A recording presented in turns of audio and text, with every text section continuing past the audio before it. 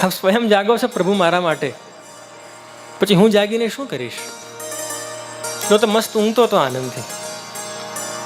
એવો વિશ્વાસ પ્રભુમાં જોઈએ. અને જો વિશ્વાસ પણ કરવો હોય, અલ્પાશ્રયો ન કર્તવ્યો મહદાશ્રય. શ્રી વલ્લભે આજ્ઞા કરી કે અલ્પનો આશ્રય નહીં કરતા.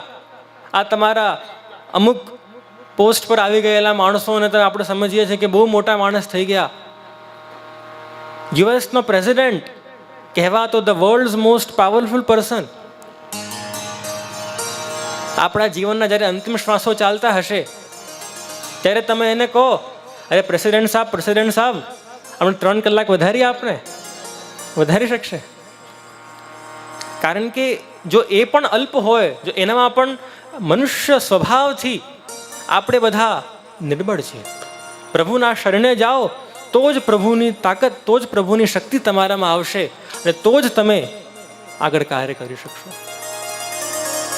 તેથી અલ્પાશ્રયો ન કર્તવ્ય. આ રામદાસજીએ બુંદેલખંડવાળાએ રાજાને મના કરી દીધી કે જહાપના यह सिर झुकेगा तो भगवान के सामने झुकेगा, आपके सामने नहीं झुकेगा. સાચો ભક્ત સન્માન બધાનું કરે છે પણ ગરજ કોઈને રાખતો નથી. એવી રીતે અનેક પ્રસંગો ઘટ્યા છે. આગળ મંદિરનું નિર્માણ થયું છે.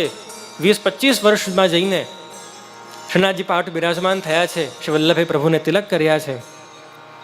ફરી શ્રીનાથજીની અનેક વાર્તાઓ થઈ, અનેક પ્રસંગો થયા. અનેક પ્રભુના વ્રજભક્તો જેને પ્રભુમાં અત્યધિક આસક્તિ, અત્યધિક સ્નેહ, અત્યધિક પ્રીતિ હતી, કુંભનદાસ, સુરદાસ, કૃષ્ણદાસ વગેરે ત્યાં થયા.